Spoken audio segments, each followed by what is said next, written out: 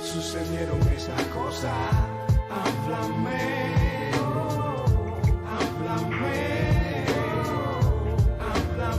dime por qué sucedieron esas cosas. Háblenme.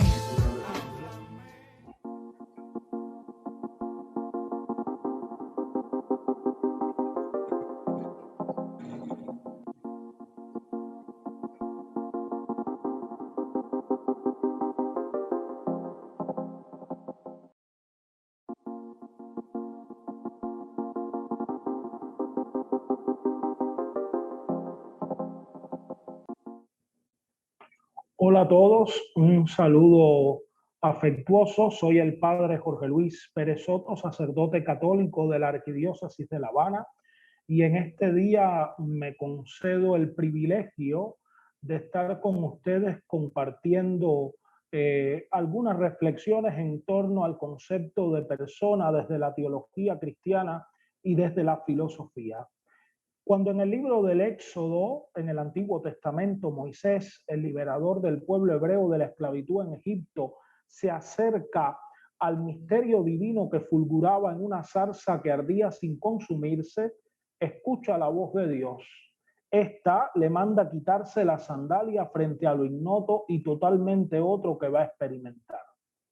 Queridos amigos y amigas, en este día, antes de entrar en la materia que hemos de presentar, conviene que mental y espiritualmente hagamos el mismo ejercicio.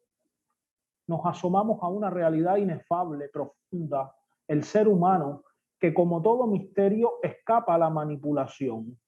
Ese misterio que se refleja en las paradojas que con tanta frecuencia desconciertan al mismo sujeto humano que las experimentan y que le hacía exclamar a San Agustín ante la muerte de un amigo: factus eram ipse mihi magna quaestio, o sea, yo me había convertido para mí mismo en una gran pregunta. Así, en esta jornada, más que darles a ustedes respuestas, les propongo que quizás encontremos preguntas que centellean como chispas en lo más profundo de la arcilla que nos constituyen y que hablan en nosotros de un principio superior, de una vocación extraordinaria. En efecto, solo en el ser humano el universo es capaz de preguntarse por su estructura última y elevarse por encima de su materialidad para internarse en lo más íntimo de su racionalidad, donde se descubre incomunicable y relacional. El tema que hoy nos ocupa nos coloca a la vera de conceptos ampliamente desarrollados en la tradición filosófica, teológica, jurídica, psicológica y sociopolítica de la humanidad. La amplitud de la cuestión no nos permitirá más que una presentación somera, donde inevitablemente el ponente escogerá aquellos acentos que según su criterio puedan servir para la reconstrucción de una categoría central, la persona humana. La mirada al pasado no es arqueología filosófico-teológica. Se trata más bien de recabar en la sabiduría antigua aquellas notas que han ido enriqueciendo una noción milenaria para reencontrar elementos claves que sirvan para profundizar en la comprensión de qué significa personeidad humana. Las preguntas que subyacen al tema son esenciales por cuanto no responden a una noción abstracta. La pregunta central de este día se puede resumir exactamente: ¿qué es el hombre? O más íntimamente, ¿quién soy yo? ¿Quién eres tú? Lo que sigue son solo pistas o señales que iluminen el camino a una respuesta que es en gran medida personal y comprometedora. De la visión que se tenga de la humanidad y de la realización concreta de esta en la persona depende la construcción de la historia, del hoy, el mañana, de la sociedad, de la familia, de nosotros mismos. Por eso urge recuperar las notas esenciales de este concepto y las realidades múltiples que entraña. Les propongo que comencemos acercándonos al origen etimológico del término persona. La palabra persona deriva de una raíz etrusca, persú, que posee los mismos significados que el término latino persona y que la voz griega prosopon. Se trata del significado de máscara. La máscara que cubría el rostro de un actor al desempeñar su papel en el teatro griego, sobre todo en la tragedia. Persona significa así exactamente personaje, y los diversos personajes de una obra son dramatis personae. Por tanto, desde el significado material de máscara se pasó a significar en primer lugar al actor que representa su papel en el teatro y luego, en segundo lugar, el papel que desempeña el hombre en la sociedad. El término también tomó un carácter social y jurídico y se llamó persona en Roma al hombre libre, es decir, sujeto de derechos y deberes dentro de la sociedad romana. Los esclavos no eran personas, el dueño podía disponer de ellos o tratarles como cosas o como a cualquier animal. Tampoco lo eran los bárbari, los extranjeros al imperio romano que no habían obtenido todavía la ciudadanía romana. Sin embargo, los filósofos griegos no desarrollaron una noción de persona, sino que se limitaron a contemplar al ser humano como parte del cosmos o como miembro de la polis. Como expresa el filósofo Emmanuel Mounier, el sentido de la persona queda embrionario en la antigüedad hasta los albores de la era cristiana. Y la adopción del término persona en el cristianismo fue trabajada en términos teológicos, a menudo por analogía con términos y conceptos antropológicos. Así que les propongo ahora una mirada rápida al surgimiento del concepto persona en la antigüedad cristiana, que va a venir avalada desde la reflexión trinitario-cristológica. Espero explicarme en los siguientes minutos. El concepto de persona se va a ir conformando en un contexto de debate, pero no de debate antropológico, no en el debate sobre qué es la persona humana, sino de debate teológico, tratando de pensar en el misterio fundamental del cristianismo, que es la Trinidad. La Trinidad expresa que Dios es una sola sustancia o esencia y que se realiza en tres personas, el Padre, el Hijo y el Espíritu Santo. La formación del concepto no se consigue enseguida, sino que se van a necesitar siglos en un proceso de creación categorial. El término usado muchas veces en la reflexión no fue prosopon, este que hemos explicado viniendo del griego, sino otros dos términos que proceden del griego, que son hipóstasis, que en ocasiones es usada como sinónimo de usía. Para asomarnos a la cuestión teórica que subyace a la terminológica, es necesario apuntar los matices de cada uno de estos términos. Tanto usía como hipóstasis refieren lo más íntimo del ser, o sea, refieren la esencia de las cosas, lo que las cosas son. En este sentido pueden ser traducidas como naturaleza, como sustancia. La dificultad que se presentaba al genio especulativo del doctor de Hipona era la de tener que pensar algo que no es del orden de la sustancia y tampoco del orden de los accidentes.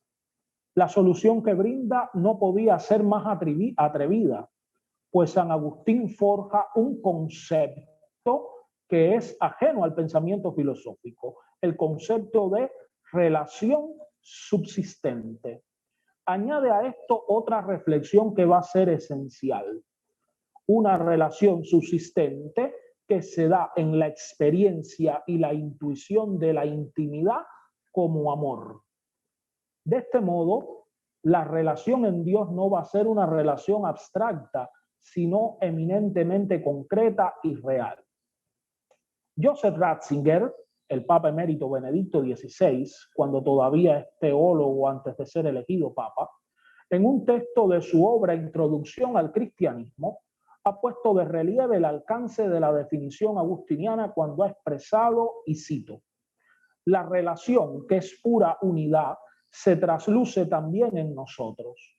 La esencia de la personalidad trinitaria consiste en ser pura relación y absoluta unidad.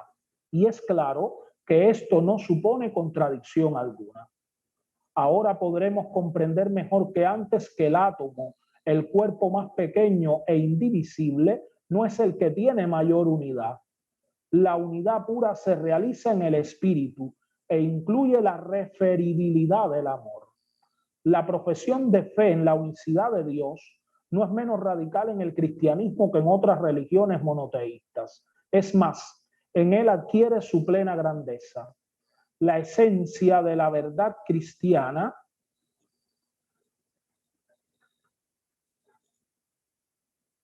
consiste en eso, en recibir y vivir la existencia como referibilidad y entrar en la unidad que es el fundamento motor de lo real. La doctrina trinitaria, pues comprendida rectamente, puede convertirse en el eje de la teología y del pensar cristiano, del que procederán las demás líneas. Hasta aquí la cita de Joseph Ratzinger. En efecto, la consideración del fundamento de la personalidad humana como referibilidad del amor se puede convertir en una clave importante de comprensión del fenómeno humano en sus múltiples valencias. Así, lo distinto del otro no se convierte en algo adverso, sino en riqueza y plenitud del propio yo. La diversidad no es un atentado a la unicidad, sino más bien la posibilidad de nuevas realizaciones. La doctrina trinitaria, el concepto de persona que de ella deriva y sus implicaciones nos ponen de frente a la exigencia de la construcción de la verdadera unidad, que no pasa nunca por anular la diferencia interpersonal, sino que la promueve. Así que tenemos ya una serie de notas fundamentales que van a definir a la persona en el cristianismo antiguo y resumo: la autonomía, la individualidad, la referibilidad, o sea, la relación a un alguien, a un tú, la substancialidad y la subsistencia y la racionalidad del sujeto que actúa y padece. ¿Qué le aporta el medioevo a esta riqueza enorme en torno al concepto de persona que se forja en el cristianismo primitivo, en el cristianismo antiguo? Uno de los autores más influyentes en la definición clásica de persona, que se va a hacer un tópico a lo largo de todo el medioevo, es Severino Boecio, que ha vivido entre los siglos V y VI.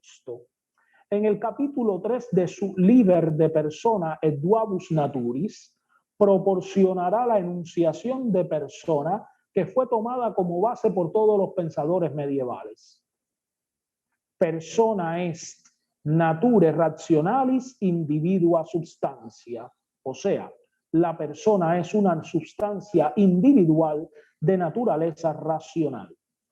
La persona es una sustancia que existe por derecho propio, sui juris, y que es perfectamente incomunicable. Incomunicable aquí significa singular. Por tanto, sustancia que es sustrato del ser, individualizada, no intercambiable por otro, diríamos hoy con categorías más actuales, mismidad. La racionalidad va a enfatizar esa intercambiabilidad, pues es desde la racionalidad donde los hombres experimentamos nuestra incomunicabilidad. La definición boeciana tiene un límite cierto. No se plantea el aspecto relacional de la persona, que sí había sido puesto de relieve por San Agustín, como hemos visto. Santo Tomás de Aquino, quizás el genio especulativo más sobresaliente del medioevo y de uno de los más grandes de toda la tradición teológica cristiana, trató la noción de persona en varios lugares de sus obras. Él se inscribe en la línea de la definición de Boecio, apuntando como notas características de los individuos que llevan el nombre de persona la racionalidad, el dominio de los propios actos y la facultad de actuación por sí mismos. O sea que de algún modo el término persona lleva implícito la responsabilidad, la capacidad de responder por sí mismo. Así pues, la persona va a designar el soporte individual racional y la libertad va a ser su capacidad más decisiva, que hace de la persona, dice Santo Tomás de Aquino, el ser más perfecto de toda la naturaleza. la libertad tiene su raíz en la razón. Así, para Santo Tomás, persona significa lo que en toda la naturaleza es perfectísimo, es decir, lo que subsiste en la naturaleza racional. El fundamento último de la personalidad es la autonomía en el ser gracias al carácter racional. Guillermo de Ockham, un representante del nominalismo filosófico, señalará que la persona es una sustancia intelectual completa que no depende de ningún otro supuesto. Con Guillermo de Ockham, la independencia va a ser enfatizada como fundamento de la personalidad. Casi todas las ideas expuestas hasta ahora subrayan en la persona el ser por sí, su independencia y su incomunicabilidad. Sin embargo, también existe dentro del universo medieval exponentes de otra línea que va a destacar la relacionalidad y el origen mismo en la relacionalidad. Llegados a este punto, me gustaría abordar someramente el pensamiento de Ricardo de San Víctor. Ricardo de San Víctor es un fraile de la escuela franciscana y es más afín con el pensamiento de San Agustín. Va a partir de la definición boeciana de persona y la critica, llegando a formular otra definición alternativa. Ricardo de San Víctor va a distinguir entre el sistere, el ser en sí, la naturaleza, lo cual va a valer tanto para las personas creadas como para las personas divinas, y va a distinguir el sistere del existere, o sea, la existencia que viene de afuera, el venir de, el originarse, y que refiere en qué consiste el ser de la persona. El ex da a entender que tenemos la subsistencia venida de fuera por la relación con los otros. La relación con el otro no solo no anula la autonomía, sino que constituye a la autonomía misma. No niega Ricardo de San Víctor la independencia de la persona, sino que la subsistencia va a ser vista en clave de relación. La nueva definición que él va a proponer es intellectualis naturae incommunicabilis existencia. O sea, la persona es una existencia incomunicable de naturaleza intelectual. Es importante apuntar que hasta aquí el uso del término incomunicable no hay que entenderlo como entendemos hoy día comunicación, sino más bien en el sentido de no transferible, lo no común. Como resumen de estas aportaciones del pensamiento medieval al concepto de persona, podemos decir, desde el pensamiento medieval se ha enriquecido el concepto de persona al considerar la racionalidad, o sea, la capacidad de conocer, pero no una racionalidad abstracta, sino una racionalidad donde está también implicada la referibilidad del afecto, por tanto, capacidad de conocer y de querer como elementos subyacentes a la realidad racional intelectual del ser humano. Por otro lado, la libertad, o sea, la capacidad de elegir u omitir algo voluntariamente, haciéndose responsable de ello. La individualidad, lo propio por diversidad ante cualquier otro individuo, el ser por sí mismo y la diferenciación del otro, y la incomunicabilidad, o sea, singularidad e intransferibilidad de la propia mismidad. Este último punto se puede expresar en un lenguaje más llano diciendo simplemente yo soy yo y soy único e irrepetible. Tú eres tú y eres único e irrepetible. No ha existido ni existirá ningún otro ente en este universo que sea exactamente yo. Somos únicos e irrepetibles y esto fundamenta el valor intrínseco de la persona humana, su unicidad, su incomunicabilidad, su propiedad de frente al otro. Con René Descartes o Renato Descartes empieza a abrirse un nuevo concepto al inicio de la modernidad. Lo que va a definir a la persona ya no va a ser su autonomía como lo fue en el pensamiento medieval y en el pensamiento antiguo, sino la referencia a la autoconciencia. El hombre tiene la garantía de ser el mismo porque se piensa a sí mismo. Cogito ergo sum, pienso luego existo, sentenciará Descartes. Y la singularidad del hombre consistirá en ello. Pareciera que quien primeramente se percató de las consecuencias de este giro para el concepto de persona fue John Locke, quien no incluye el concepto de sustancia en la definición de persona, ya que ésta se definirá desde la conciencia de sí misma. Las consecuencias que se siguen son muy importantes. Al colocar a la conciencia como la característica básica del concepto de persona, se va a dar una definición intelectualista de la persona que va a dejar al margen otros aspectos como son la relacionalidad y la corporalidad, que terminarán siendo silenciados. Locke destacará también los aspectos morales y jurídicos que entraña el hecho de ser persona. Indudablemente, una aportación esencial dentro de la modernidad al concepto de persona va a ser Immanuel Kant, quien va a definir a la persona como la libertad y la independencia frente al mecanicismo de la naturaleza entera, consideradas a la vez como la facultad de un ser sometido a leyes propias, es decir, a leyes puras prácticas establecidas por su propia razón. Hasta aquí la cita de Immanuel Kant de la crítica a la razón pura. La personalidad humana va a ser traducida entonces como personalidad moral, que se rige por unas leyes morales que el ser racional se da a sí mismo sin que signifique que sean arbitrarias. De hecho, la formulación kantiana sobrepasa el orden ético para que constituirse en un hecho ético-metafísico. Tal va a ser la formulación de su imperativo categórico, que manda al ser humano a actuar de modo que su comportamiento pueda convertirse en una máxima de actuación moral.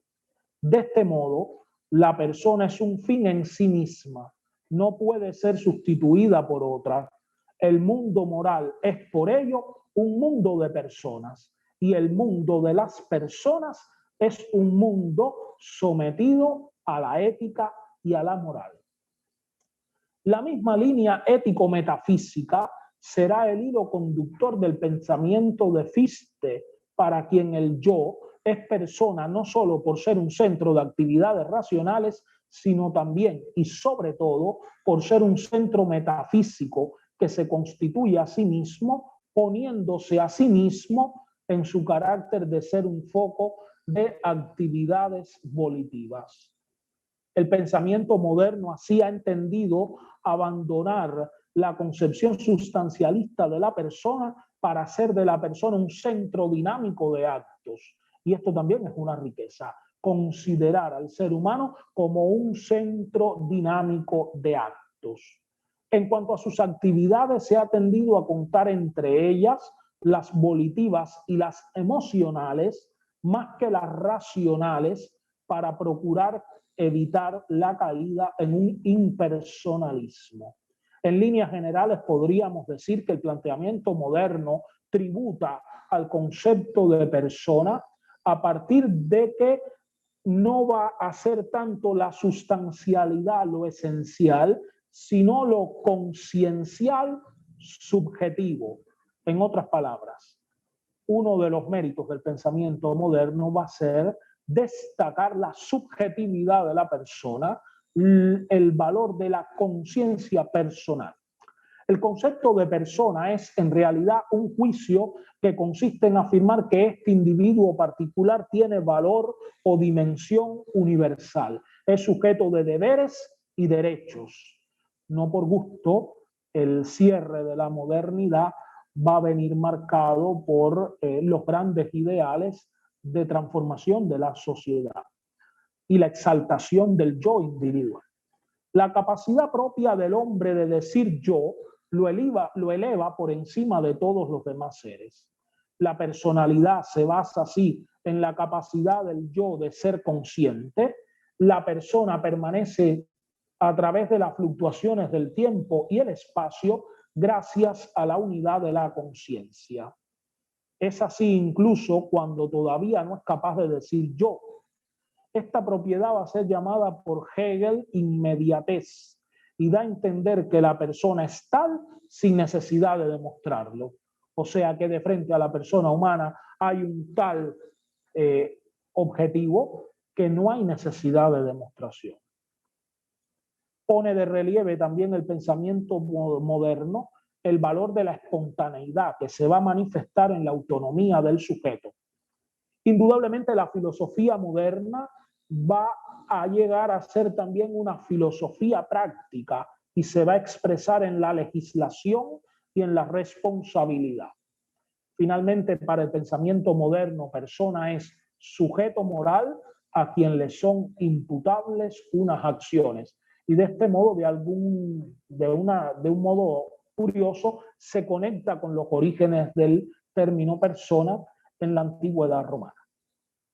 Muchos son los pensadores contemporáneos que han tributado también al concepto de persona. Yo me atrevo a señalar ahora los aportes de algunos de ellos que me parecen importantes.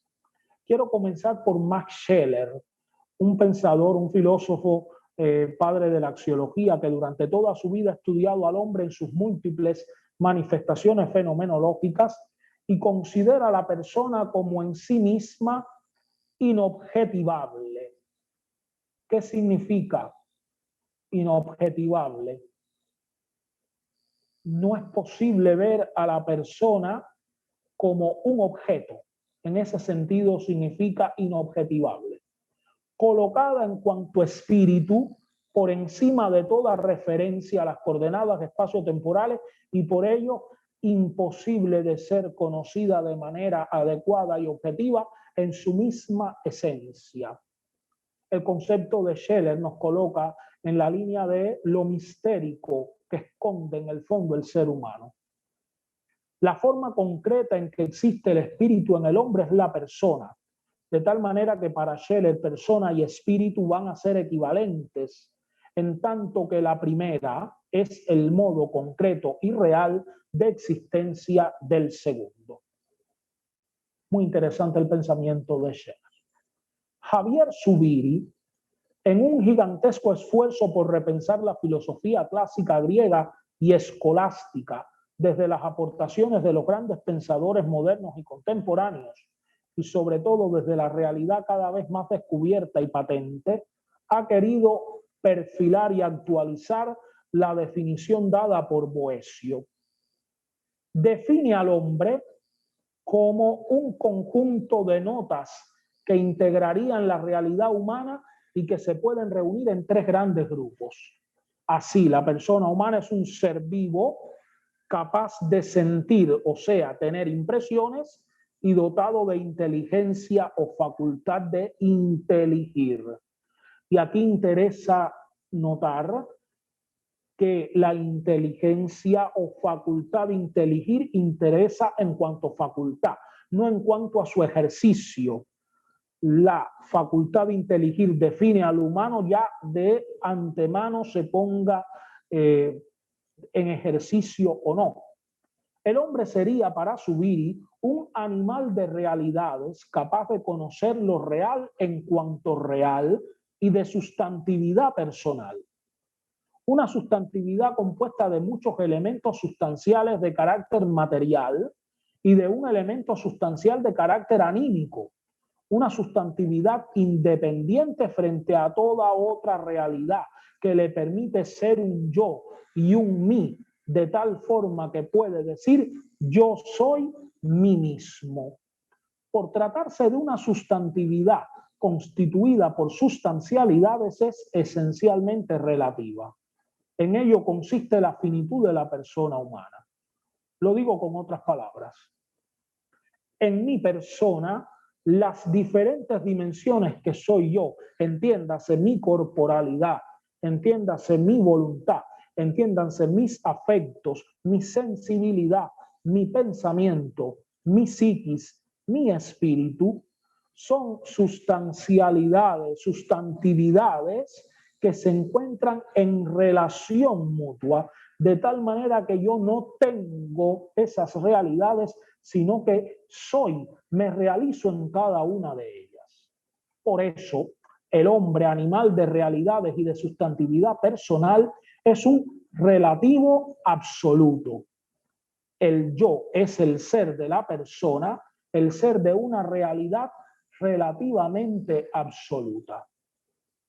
Un ser absoluto porque en su constitución como yo mismo es independiente de toda otra realidad, y relativo porque en su sustantividad está constituida por muchos elementos sustanciales respectivos. Laín, entre algo, piensa que esta teoría metafísica de la persona desarrollada por Zubiri permite discernir en el ser personal del hombre las siguientes propiedades constitutivas y descriptivas de la persona humana. La intimidad del ser yo mismo, el yo mío, y aquí hemos de enfatizar el valor y el derecho de la intimidad de las personas. La libertad y por consiguiente la responsabilidad, y si es un constitutivo, todos los ordenamientos jurídicos sociales han de estar en función de tutelarla, porque es una realidad intrínseca a la persona. La inteligencia más o menos racional según su grado de desarrollo, la vida corporal sentimental, consciente e inconsciente, ejecutiva y futurizadora, y la apertura a la realidad de las cosas, de las personas, bajo la forma de una religación radical a la realidad fundamentante de todo, que es la trascendencia. En las religiones lo llamamos Dios, la trascendencia como sentido que da una finalidad última a la existencia humana.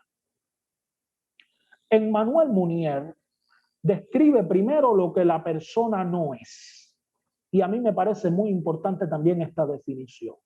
La persona no es una parte de un todo, no es un residuo interno, no es un principio abstracto de nuestros gestos concretos, no es una estructura típica agazapada bajo los comportamientos, no es ni la conciencia que yo tengo de ella, ni mi individuo en sí, solo en sí. La persona es una actividad vivida de autocreación, de comunicación, de adhesión que se aprende y se conoce en su acto como movimiento de personalización. Y a mí esto me parece una maravilla también aportada por Mounier al pensamiento sobre el ser humano. El movimiento de personalización. Soy persona, existo como persona y existo a la vez en un movimiento de personalización, llegando a ser más plenamente persona. Se revela como experiencia de una vida personal, como un ser espiritual independiente que subsiste por la adhesión libre a una escala de valores vividos en un compromiso responsable. Es también, por supuesto, apertura a los demás y a la trascendencia. Es encarnación en la historia, llamada a una concentración para una exteriorización y un compromiso. La persona, según Mounier, es comunicación, es decir, salir de sí, comprender, asumir el destino del otro, dar, ser fiel, formar comunidad en una primacía del nosotros sobre el yo y el tú. De este modo, la persona es capaz de formar una sociedad que sea persona de personas.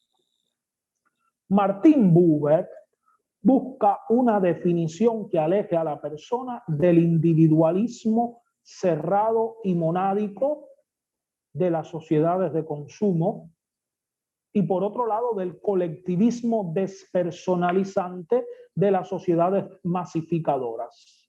Por eso va a afirmar Martin Buber: el hecho fundamental de la existencia humana es el hombre con el hombre. Más allá de lo subjetivo, más acá del objetivo, en el filo agudo en el que el yo y el tú se encuentran, se halla el ámbito del entre. Solo el hombre con el hombre es una imagen cabal. Solo el hombre con el hombre es una forma perfilada. Si consideramos el hombre con el hombre, veremos siempre la dualidad dinámica que constituye al ser humano. Podremos aproximarnos a la respuesta de la pregunta ¿qué es el hombre? Si acertamos a comprenderlo como el ser en cuya dialógica, en cuyo estar dos en recíproca presencia, se realiza y se reconoce cada vez el encuentro del uno con el otro. Hasta aquí la cita de Martín Buber. La metafísica antigua había subrayado el sui iuris y la incomunicabilidad de la persona. La ética y la metafísica contemporáneas ponen de relieve su apertura, su intencionalidad radical, o sea, su tender hacia y su comunicabilidad. Así, la realidad que se llama persona va a oscilar continuamente entre la absoluta propiedad y la absoluta entrega.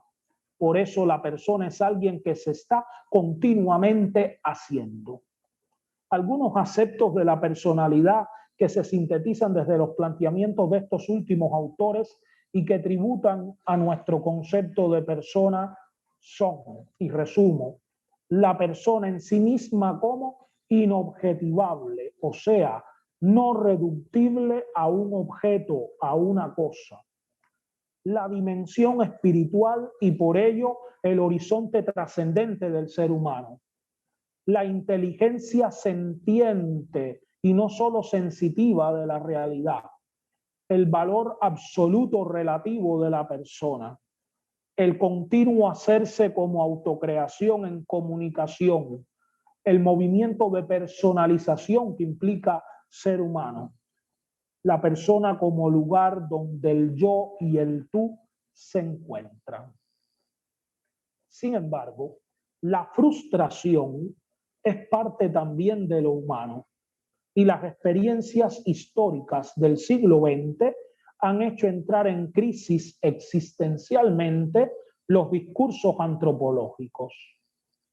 ¿Cómo es posible hablar de la altura y dignidad de la persona humana cuando ésta ha sido capaz de olvidar su innata orientación al tú y se ha vuelto contra su prójimo? ¿Cómo comprender el misterio de la iniquidad cuando el siglo XX nos ha permitido constatar la existencia del mal, no solo como algo accidental que adviene al hombre, sino como una estructura perniciosa y casi metafísica inscrita también en el ADN moral espiritual de la humanidad? Algunos pensadores contemporáneos han preguntado, ¿cómo hablar de Dios después de Auschwitz? Y la pregunta para mí más acuciante es cómo hablar del hombre después de Auschwitz, de los gulags, de los genocidios de los pueblos del África, cómo hablar del hombre en la era de la comunicación incomunicante, en la era en que los que se consideran grandes de la tierra ignoran el sufrimiento y el hambre de millones de seres humanos. ¿Cómo hablar del hombre en el tiempo del terrorismo y de los totalitarismos y de los regímenes post-totalitarios? Del siglo marcado por esta historia es el filósofo hebreo Emmanuel Levinas. Su pensamiento viene determinado por su historia y refiriéndome a este pensamiento que considero muy potente, quisiera terminar esta presentación hoy. El siglo XX se configura para Levinas como el siglo de la deshumanidad. Según Levinas, la guerra no hace otra cosa sino traducir en la práctica la filosofía. La violencia que es la guerra traduce la violencia que está detrás de la filosofía. Dice Levinas que la filosofía occidental es una filosofía violenta, porque en un modo u otro se ha resuelto en pensar al ser como totalidad. El rostro del ser que se revela en la guerra se fija en el concepto de totalidad que domina toda la filosofía occidental. Los individuos traen de la totalidad su sentido, invisible fuera de esta misma totalidad. Así la individualidad se sacrifica en virtud de un futuro incierto que nunca acaba de consumarse. Solo el sentido último cuenta y cambia entonces el valor del acto en sí mismo. La característica de la totalidad es que en ella los individuos son sacrificados. En este sentido, la totalidad se presenta como despersonalizante. El individuo se sacrifica a la totalidad, cuenta en cuanto participa de la totalidad, vale porque es la totalidad la que le da un valor al individuo. Este esquema de pensamiento y de comportamiento interrumpe la continuidad de lo humano. El otro debe sacrificarse a la totalidad. Hay una suerte de violencia que la totalidad ejercita en la confrontación del individuo. Y de aquí viene la pregunta. Cuando veo a un ser humano, ¿veo a un pedazo de la totalidad o a un otro en su individualidad? La relación del yo con el otro hombre no es una relación entre dos elementos iguales de una totalidad. No presupone una totalidad, un sistema, una filosofía. Luego, es originaria, absoluta, insuperable. Esta es la relación que se establece con el rostro del otro. A veces hago el ejercicio cuando voy caminando por la calle, cuando tomo los medios públicos de transporte, de mirar a los rostros de los demás, de mirar a los ojos de los demás y de preguntarme por el misterio profundo que se encierra. Me parece un ejercicio útil. El rostro significa un absoluto que me contempla. El otro es un puro rostro desnudo. Frente a un rostro que se me presenta por primera vez, este no está caracterizado, no tiene un nombre. El rostro del otro no se me presenta como uno de tantos, sino como aquel uno que me mira en una situación concreta. A través del rostro, el otro no hace parte conmigo de un conjunto superior, la humanidad.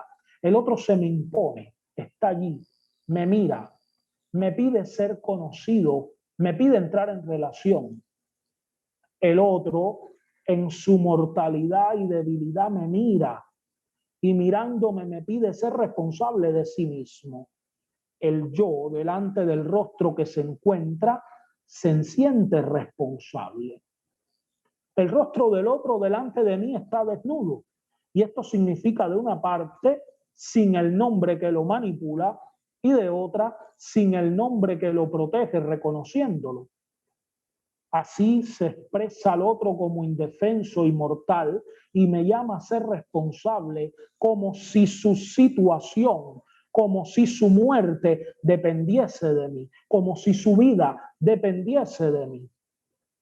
Responsable, como si la muerte invisible fuera algo mío, me esperase, me pone en discusión, como si el yo por su indiferencia se convirtiera en cómplice. Y evidentemente, cuando nos manifestamos indiferentes frente al rostro de los otros, frente a su sufrimiento, me convierto en cómplice. ¿Quién es el hombre? Víctor Frank, quien también vivió en carne propia el horror del Holocausto, lo describe con hermosas, desgarradoras y esperanzadoras palabras. El hombre es aquel que inventó las cámaras de gas y que entró en ellas con la frente en alto, recitando el Shema. Y después de todo esto, no sé si les he dejado luces o sombras, espero haberles dejado preguntas. Después de todo esto, ¿quién eres tú? ¿A qué altura estás llamado?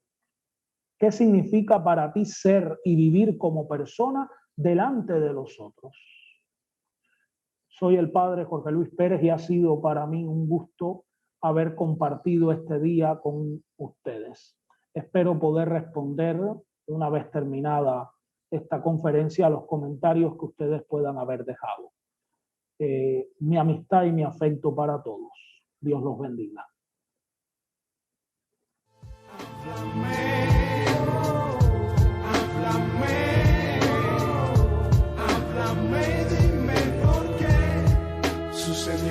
esas cosas.